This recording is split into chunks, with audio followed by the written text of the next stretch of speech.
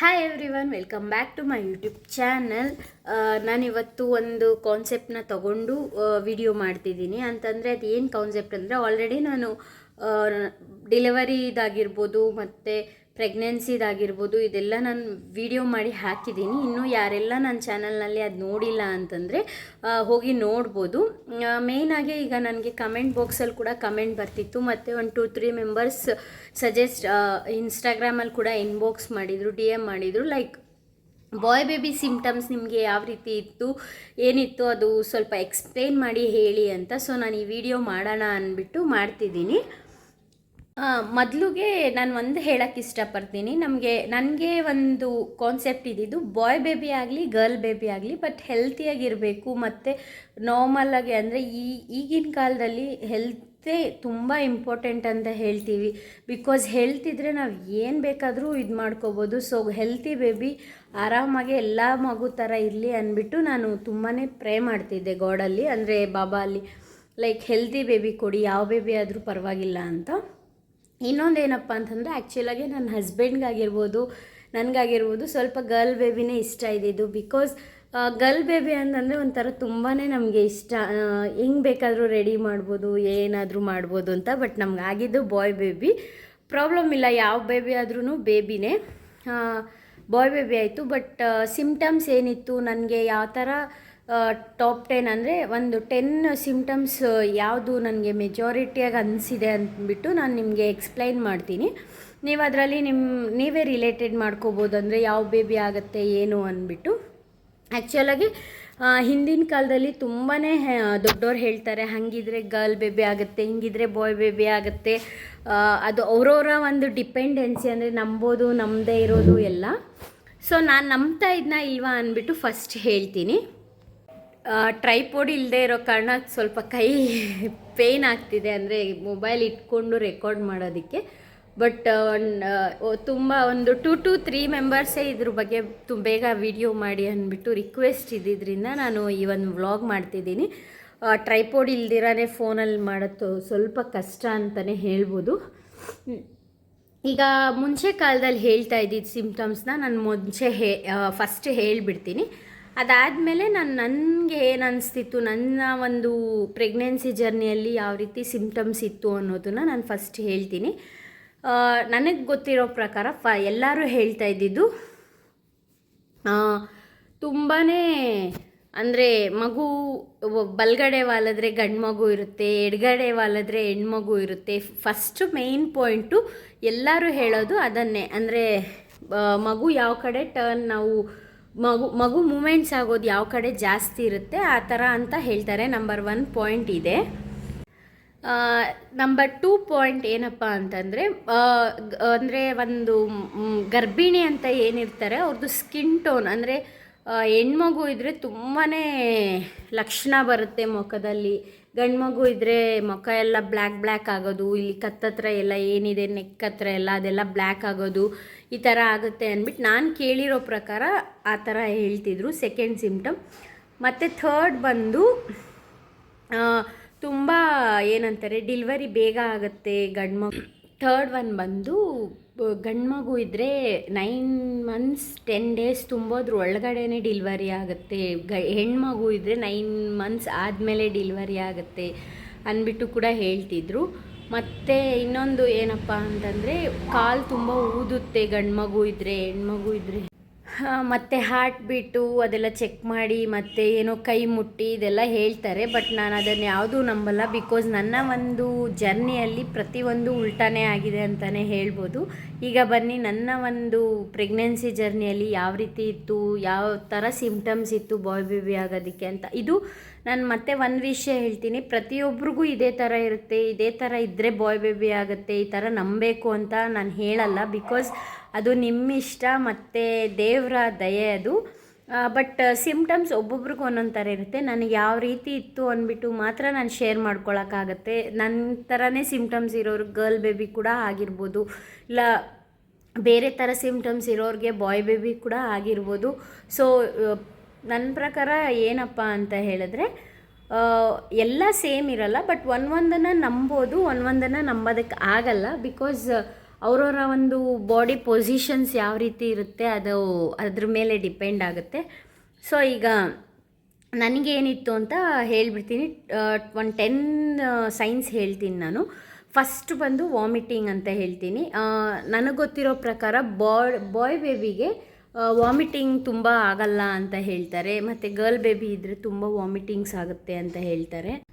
So ನನಗೆ ಬಂದು vomiting ತುಂಬಾ ಕಡಿಮೆ ಇತ್ತು. ನಾನು ಇಡೀ ಲೈಫ್ 9 ಮಂತ್ಸ್ ಪ್ರೆಗ್ನೆನ್ಸಿಯಲ್ಲಿ 1 to 3 ಟೈಮ್ಸ್ ವಾಮಿಟಿಂಗ್ ಆಗಿದ್ದರೆ ಹೆಚ್ಚು ಅಂತ ಹೇಳ್ಬೋದು. ನಂದು ಇದು ಪ್ರೆಗ್ನೆನ್ಸಿ ಜರ್ನಿಯಲ್ಲಿ ನಾನು ಆಲ್ರೆಡಿ ಶೇರ್ ಮಾಡಿದ್ದೀನಿ. ನಿಮ್ಗೆ ಯಾರಾದರೂ ಇನ್ನೂ ನೋಡಿಲ್ಲ ಅಂತಂದರೆ ನನ್ನ ಪ್ರೆಗ್ನೆನ್ಸಿ ಜರ್ನಿನ ನೀವು ವಿಡಿಯೋ ನೋಡಿದ್ರೆ ನಿಮ್ಗೆ ಅರ್ಥ ಆಗುತ್ತೆ ನನ್ನ ಪ್ರೆಗ್ನೆನ್ಸಿ ಜರ್ನಿ ಯಾವ ರೀತಿ ಇತ್ತು, ನಾರ್ಮಲ್ ಡೆಲಿವರಿ ಆಗೋದಕ್ಕೆ ಏನೆಲ್ಲ ಟಿಪ್ಸ್ನ ನಾನು ಯೂಸ್ ಮಾಡಿದೆ ಏನು ಅನ್ನೋದು ನಿಮ್ಗೆ ಕೂಡ ಅದರಲ್ಲಿ ಗೊತ್ತಾಗುತ್ತೆ.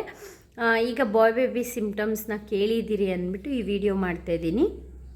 ನೆಕ್ಸ್ಟ್ ಬಂದು ಇದು FHR ಅಂದರೆ ಫರ್ಟಿಲಿಟಿ ಹಾರ್ಟ್ ರೇಟ್ ಅಂದ್ಬಿಟ್ಟು ಇದು 140ಗಿಂತ ಜಾಸ್ತಿ ಇದ್ದರೆ ಗರ್ಲ್ ಬೇಬಿ ಆಗುತ್ತೆ, 140ಗಿಂತ ಕಡಿಮೆ ಇದ್ದರೆ ಬಾಯ್ ಬೇಬಿ ಆಗುತ್ತೆ ಅಂದ್ಬಿಟ್ಟು ಹೇಳ್ತಾರೆ. ಬಟ್ ಆ್ಯಕ್ಚುಲಾಗಿ ನಾನು ಹೇಳಬೇಕು ಅಂತಂದರೆ ನನಗಿದ್ದು 160, ಆದರೂ ನನಗೆ ಬಾಯ್ ಬೇಬಿ ಆಯಿತು. ಸೊ ನಾನು ಆಗಲೇ ಹೇಳ್ದಂಗೆ ನಾನು ಎಲ್ಲ ನಂಬಲ್ಲ, ಬಟ್ ಅದು ಅವರವರ ಬಾಡಿ ಕಂಡೀಷನ್ಸ್ ಅಂತ ಹೇಳ್ತೀನಲ್ವ, ಅದ್ರ ಮೇಲೆ ಹೋಗುತ್ತೆ. ಮತ್ತು ನೆಕ್ಸ್ಟ್ ಬಂದು ಮೂಡ್ ಸ್ವಿಂಗ್ಸು, ತುಂಬಾ ಮೂಡ್ ಸ್ವಿಂಗ್ಸ್ ಆಗುತ್ತೆ ಅಂತೆ, ಬಾಯ್ ಬೇಬಿ ಇದ್ದರೆ ಕಡಿಮೆ ಆಗುತ್ತೆ ಅಂತ ಹೇಳಿದ್ರು. ಬಟ್ ಅದು ಗೊತ್ತಿಲ್ಲ ನನಗೇನು, ಅಷ್ಟು ಮೂಡ್ ಸ್ವಿಂಗ್ಸ್ ಅಂತ ಏನೂ ಇರಲಿಲ್ಲ. ನಾರ್ಮಲಾಗಿ ನಾನು ಮುಂಚೆಯಿಂದ ಯಾವ ರೀತಿ ಇದ್ದೆ ಅದೇ ರೀತಿಯೇ ಇದ್ದೆ. ನೆಕ್ಸ್ಟ್ ಬಂದು ಮಾರ್ನಿಂಗ್ ಸ್ವಿಂಗ್ಸ್ ಅಂತಂದರೆ ಎದ್ದಿದ ತಕ್ಷಣ ಟಯರ್ಡ್ನೆಸ್ ಆಗೋದು, ಇಲ್ಲ ಸುಸ್ತು ಮಲ್ಕೋಬೇಕು ಅನ್ನೋದು, ಅದು ಕೂಡ ನನಗೇನಿರಲಿಲ್ಲ. ಆಲ್ಮೋಸ್ಟ್ ನನ್ನ ಜರ್ನಿಯಲ್ಲಿ ನಾನು ಯಾವ ಒಂದು ಟೈಮಿಂಗ್ಸ್ ಇತ್ತು ಎದ್ದೇಳೋದು ಅದೇ ಟೈಮಿಂಗ್ಸ್ಗೆ ಎದ್ದೇಳ್ತಿದ್ದೆ. ಆರಾಮಾಗೆ ನಾನು ಓಡಾಡಿಕೊಂಡು ಎಲ್ಲ ಇರ್ತಿದ್ದೆ. ಅದರಲ್ಲಿ ಕೂಡ ಏನೂ ಚೇಂಜಸ್ ಇರಲಿಲ್ಲ ನನಗೆ. ಮತ್ತು ಇನ್ನೊಂದು ಕಾಲು ಊತ ಆಗುತ್ತೆ ಗಂಡು ಮಗು ಇದ್ದರೆ, ಹೆಣ್ಮಗು ಇದ್ದರೆ ಕಾಲು ಊತ ಆಗಲ್ಲ ಅಂತ ಹೇಳ್ತಾರೆ.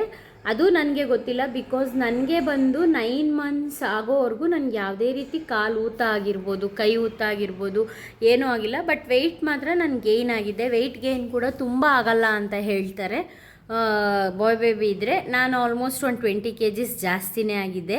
ನಾನು ಇದ್ದಿದ್ದು ನನ್ನ ಕನ್ಸೀವ್ ಆಗೋಕ್ಕೆ ಮುಂಚೆ ನಾನು 48 to 49 ಇದ್ದೆ. ಬಟ್ ನನ್ನ ಡೆಲಿವರಿ ಟೈಮ್ ಅಷ್ಟೊತ್ತಿಗೆ ನಾನು 68 ಇದ್ದೆ. ನಾನು ಡೆಲಿವರಿ ಡೇ ಏನು ಚೆಕ್ ಮಾಡಿದ್ರು ಆವಾಗ 68 ಇದೆ, 20 kgs ಜಾಸ್ತಿನೇ ಆಗಿದ್ದೆ.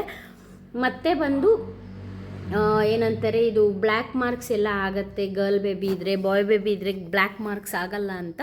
ಬಟ್ ನನಗೆ ಅಷ್ಟು ಆಗಿರಲಿಲ್ಲ, ಜಸ್ಟು ಇಲ್ಲೆಲ್ಲ ಆಗಿತ್ತಷ್ಟೇ. ಬಟ್ ಅದೆಲ್ಲ ಕ್ಲಿಯರ್ ಆಗಿದೆ ಆಲ್ರೆಡಿ. ತುಂಬ ಏನು ನನಗೆ ಬಾಯ್ ಬೇಬಿ ಅಂದರೆ ತುಂಬ ಮಾರ್ಕ್ಸ್ ಏನಾಗಿರಲಿಲ್ಲ, ಅಷ್ಟೊಂದು ಸ್ವಲ್ಪ ಆಗಿತ್ತು. ಅಷ್ಟೂ ಕವರ್ ಆಯಿತು ನನಗೆ, ಅಂದರೆ ಪೋಸ್ಟ್ ಪ್ರೆಗ್ನೆನ್ಸಿ ಅಷ್ಟೊತ್ತಿಗೆ ಕವರ್ ಆಯಿತು. ಸ್ವಲ್ಪ ಎಲ್ಲಾದರೂ ಒಂದು ಚೂರು ಇದೆ ಅಂತ ಅನಿಸುತ್ತೆ ಅಷ್ಟೇ ಈಗ. ನೆಕ್ಸ್ಟ್ ಬಂದು ಇದು ನೆಕ್ಸ್ಟ್ ಏನಪ್ಪ ಅಂತ ಹೇಳಿದ್ರೆ, ಹೊಟ್ಟೆ ಮೇಲೆ ಭಾಗ ಇದ್ದರೆ ಅದು ಗಂಡು ಪಾಪು ಆಗುತ್ತೆ, ಕೆಳಗಡೆ ಭಾಗ ಇದ್ದರೆ ಹೆಣ್ಣು ಪಾಪು ಆಗುತ್ತೆ ಅಂತ ಸ್ವಲ್ಪ ಜನ ಹೇಳ್ತಾರೆ.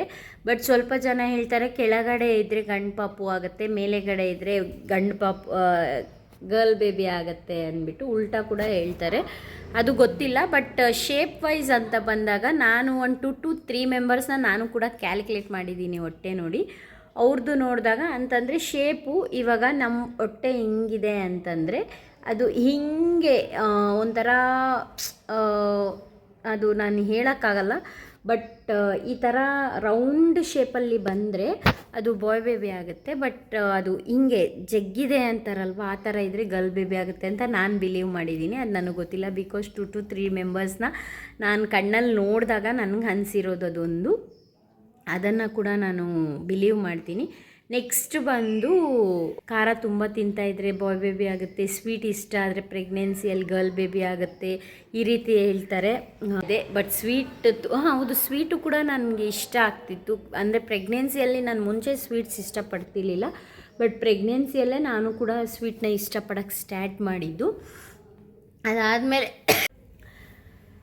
ನೆಕ್ಸ್ಟ್ ಬಂದು ಗಂಡು ಪಾಪು ಆದರೆ 9 ಮಂತ್ಸ್ ಆದಮೇಲೆ ಒಳಗಡೆ ಆಗುತ್ತೆ, ಹೆಣ್ಣು ಪಾಪು ಆದರೆ 9 ಮಂತ್ಸ್ 10 ಡೇಸ್ ಆದಮೇಲೆ ಆಗುತ್ತೆ ಅಂತ ಹೇಳ್ತಾರೆ. ಬಟ್ ನನ್ನ ವಿಷಯದಲ್ಲಿ ಅದಕ್ಕೆ ಕೂಡ ಸುಳ್ಳಾಯಿತು. ಬಿಕಾಸ್ ನನಗೆ ಗಂಡು ಮಗುನೇ ಆಗಿತ್ತು. ಅದು 9 ಮಂತ್ಸ್ 10 ಡೇಸ್ ಆದಮೇಲೆ ಪರ್ಫೆಕ್ಟಾಗಿ ಅದು ಡಾಕ್ಟರ್ ಯಾವ್ದು ನನಗೆ ಲಾಸ್ಟ್ ಡೇಟ್ ಡೆಲಿವರಿ ಡೇಟ್ ಕೊಟ್ಟಿದ್ರು ಅದೇ ಡೇಟ್ಗೆ ಆಗಿದೆ. ಸೊ ನನಗೆ ಏನು ಹೇಳಿದ್ರು ಅದು ಗಂಡು ಪಾಪು ಹೆಣ್ಣು ಪಾಪು ಅದು ಕೂಡ ಸುಳ್ಳಾಯಿತು.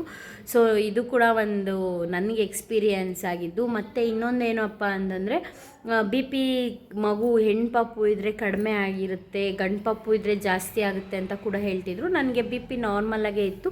ಬಟ್ ಚೆಕಪ್ಗೆ ಹೋದಾಗ ಸ್ಟಾರ್ಟಿಂಗಲ್ಲಿ ಡಾಕ್ಟರ್ ಹೇಳಿದರು ನಿಮಗೆ BP ಬರೋ ಚಾನ್ಸಸ್ ಇದೆ ಅಂತ. ಬಟ್ ನನಗೆ ಲಾಸ್ಟಲ್ಲಿ ಯಾವುದೇ ರೀತಿ BP ಬರಲಿಲ್ಲ. ಮೀನ್ಸ್ ನಾರ್ಮಲಾಗಿ ಎಷ್ಟಿರಬೇಕೋ ಅಷ್ಟೇ ಇತ್ತು BP ಕೂಡ. ನೆಕ್ಸ್ಟು ಗಂಡು ಪಾಪು ಇದ್ದರೆ ಕಾಲು ತುಂಬಾ ಊದುತ್ತೆ, ಹೆಣ್ಣು ಪಾಪು ಇದ್ದರೆ ಕಾಲು ಊದಲ್ಲ ಅಂದಿದ್ರು. ನನಗೆ ಲಾಸ್ಟ್ ಡೇಸಲ್ಲಿ ಕಾಲು ಊದಿತ್ತು. ಅಂದರೆ ಒಂದು ಡೆಲಿವರಿಗೆ ಇನ್ನೊಂದು ವೀಕ್ ಇದೆ ಅನ್ನೋವಾಗ ಕಾಲು ತುಂಬಾ ಊದಿತ್ತು. ಇದು ಕೂಡ ಹೇಳ್ತೀನಿ. ಮತ್ತು ಇನ್ನೊಂದು ನಾನು ಹೇಳೋಕ್ಕೆ ಇಷ್ಟಪಡೋದಂದರೆ ಯಾವ ಬೇಬಿ ಆದರೂ ತುಂಬಾ ಇಷ್ಟಪಟ್ಟು ಇವಾಗ ಎಲ್ಲ ಈಕ್ವಲ್ ಆಗಿದೆ. ಗರ್ಲ್ ಬೇಬಿ ಇರ್ಬೋದು, ಬಾಯ್ ಬೇಬಿ ಇರ್ಬೋದು, ಪ್ರತಿಯೊಬ್ಬರೂ ಕೂಡ ಈ ಒಂದು ಸೊಸೈಟಿಯಲ್ಲಿ ಒಂದೇ ಈಕ್ವಲ್ಲಾಗೇ ಇರ್ತೀವಿ. ಸೊ ಇಬ್ಬರೂ ಅಕ್ಸೆಪ್ಟ್ ಮಾಡ್ಕೊಳ್ಳೋಕೆ ಟ್ರೈ ಮಾಡಿ. ಬಟ್ ಅದೊಂದು ಆಸೆ ಇರುತ್ತೆ, ಫಸ್ಟದು ಗರ್ಲ್ ಬೇಬಿ ಇದ್ದರೆ ಸೆಕೆಂಡದು ಬಾಯ್ ಆಗಬೇಕು ಅಂತ, ಫಸ್ಟದು ಬಾಯ್ ಇದ್ದರೆ ಸೆಕೆಂಡದು ಗರ್ಲ್ ಆಗಬೇಕು ಅನ್ನೋದು ಪ್ರತಿಯೊಬ್ಬರಿಗೂ ಆಸೆ ಇರುತ್ತೆ, ಇರಲ್ಲ ಅಂತ ನಾನು ಹೇಳಲ್ಲ. ಬಟ್ ದೇವರು ಕೊಟ್ಟಿದ್ದನ್ನು ನಾವು ತೊಗೊಳ್ಲೇಬೇಕು. ಒಂದು ಆರೋಗ್ಯ, ಒಂದು ಆಯುಷ್ಯು ಒಳ್ಳೇದು ಮಾಡಿದ್ರೆ ಅಷ್ಟೇ ಸಾಕಲ್ವ. ಯಾವ ಬೇಬಿ ಆದರೂ ಸಾಕಲೇಬೇಕು, ಜೀವನನ ನಡೆಸ್ಕೊಂಡು ಹೋಗಲೇಬೇಕು. ಇದೊಂದು ಹೇಳೋಕ್ಕೆ ಇಷ್ಟಪಡ್ತೀನಿ ನಾನು. ಈ ಒಂದು ವಿಡಿಯೋಲಿ ನಾನು ಇನ್ನೂ ಒಂದು ಕಮೆಂಟ್ನ ತೊಗೊಳಕ್ಕೆ ಇಷ್ಟಪಡ್ತೀನಿ. ಅವ್ರ ಹೆಸರು ಸುಮಾ ಸಮಥಿಂಗ್ ಇತ್ತು, ನಾನು ಮರ್ತಿದ್ದೀನಿ, ಸಾರಿ. ಈ ವಿಡಿಯೋ ನೀವು ನೋಡ್ತಿದ್ರೆ ಅವ್ರಿಗೆ ಮತ್ತು ಅವ್ರ ಮನೆಯವ್ರಿಗೆ ಬಾಯ್ ಬೇಬಿ ಆಗಿರೋ ಅಂಥ ಒಂದು ಕನಸು ಬಿದ್ದಿದೆ. ಇದ್ರ ಬಗ್ಗೆ ನಿಮ್ಮ ಒಪಿನಿಯನ್ ಏನು ಅಂತ ಹೇಳಿ ಅಂದ್ಬಿಟ್ಟು ನನಗೆ ಕಮೆಂಟ್ ಹಾಕಿದರು. ಇದ್ರ ಬಗ್ಗೆ ಹೇಳೋಷ್ಟು ದೊಡ್ಡವಳು ನಾನಲ್ಲ. ಬಿಕಾಸ್ ಕನಸು ಅನ್ನೋದು ಪ್ರತಿಯೊಬ್ಬರಿಗೂ ಬರ್ತಿರುತ್ತೆ. ಬಿಕಾಸ್ ನಾವು ಮಲಗೋವಾಗ ಏನನ್ನ ನಾವು ನೆನಪು ಮಾಡಿಕೊಂಡು ಮಲ್ಕೊತೀವಿ, ಅದು ಕನಸಾಗಿ ನಮಗೆ ಅದ್ರದ್ದು ಮುಂದೆದು ಬಂದೇ ಬರುತ್ತೆ, ಇಲ್ಲ ಅಂತ ನಾನು ಹೇಳಲ್ಲ. ಬಟ್ ಡ್ರೀಮ್ ಕಮ್ಸ್ ಟ್ರೂ ಅಂತ ಹೇಳ್ತೀವಲ್ಲ. ಸೊ ನಿಮ್ಮ ಒಂದು ಕನಸು ನನಸಾಗಲಿ ಅಂದ್ಬಿಟ್ಟು ನಾನು ದೇವ್ರ ಹತ್ರ ಕೇಳ್ಕೊತೀನಿ. ಅದು ಒಂದು ಹೇಳ್ಬೋದು. ಮತ್ತು ನಿಮಗೆ ಇರೋ ಮಗು ಕೊಡಿ ಅಂತ ಫಸ್ಟ್ ಕೇಳ್ಕೊಳ್ಳಿ, ಆಮೇಲೆ ನೆಕ್ಸ್ಟ್ ಬಂದು ಜೆಂಡರ್ನ ಕೇಳ್ಕೊಳ್ಳಿ ಅಂತ ಹೇಳ್ತೀನಿ. ಬಿಕಾಸ್ ಆರೋಗ್ಯ ಆಯುಷು ಎರಡೂ ಇದ್ದರೆ ತುಂಬಾ ನಾವು ಗೆಲ್ಕೊಂಡು ಬಂದಿದ್ದೀವಿ ಅನ್ನೋ ಒಂದು ಇದು ಇವಾಗಿನ ಜನ್ರೇಷನಲ್ಲಿ. ಸೊ ಆರೋಗ್ಯ ಆಯುಷು ಎರಡೂ ಫಸ್ಟ್ ಕೇಳ್ಕೊಳ್ಳಿ, ನೆಕ್ಸ್ಟು ಜೆಂಡರ್ನ ಕೇಳ್ಕೊಳ್ಳಿ ಅಂತ ಹೇಳ್ತೀನಿ. ನಿಮಗೆ ಮತ್ತು ನಿಮ್ಮ ಮನೆಯವ್ರಿಗೆ ಗಂಡು ಪಾಪುನೇ ಬೇಕು ಅನ್ನೋದಿದ್ದರೆ ಬಾಬಾ ನಿಮಗೆ ಬ್ಲೆಸ್ ಮಾಡಲಿ ಅಂತ ಹೇಳ್ತೀನಿ. ಇದು ಬಿಟ್ಟು ನಾನು ಇನ್ನೇನು ಹೇಳೋಕ್ಕೆ ಆಗೋದಿಲ್ಲ. ಬಿಕಾಸ್ ಅಷ್ಟು ದೊಡ್ಡವಳು ನಾನಲ್ಲ ಅಂತ ಹೇಳ್ತೀನಿ. Thanks for commenting for my channel. ಈ ಒಂದು ವಿಡಿಯೋ ನಿಮಗೆ ಯೂಸ್ಫುಲ್ ಆಗಿದೆ ಅಂತ ಕೂಡ ಅಂದ್ಕೊತೀನಿ. ನನ್ನ ಚಾನಲ್ನ ಇನ್ನೂ ಯಾರೆಲ್ಲ ನೋಡಿಲ್ಲ ಪ್ಲೀಸ್ ಲೈಕ್, ಶೇರ್, ಕಮೆಂಟ್. ಇನ್ನೂ ಸಬ್ಸ್ಕ್ರೈಬ್ ಮಾಡ್ಕೊಂಡಿದ್ದೀರಾ ಯಾರು ನೋಡ್ತಾಯಿದ್ದೀರಾ ಪ್ಲೀಸ್ ನನ್ನ ಚಾನಲ್ನ ಸಬ್ಸ್ಕ್ರೈಬ್ ಮಾಡಿಕೊಂಡು ನಿಮ್ಮ ಫ್ರೆಂಡ್ಸ್ಗೂ ಕೂಡ ಶೇರ್ ಮಾಡಿ ಅಂತ ಹೇಳ್ತೀನಿ. Thank you.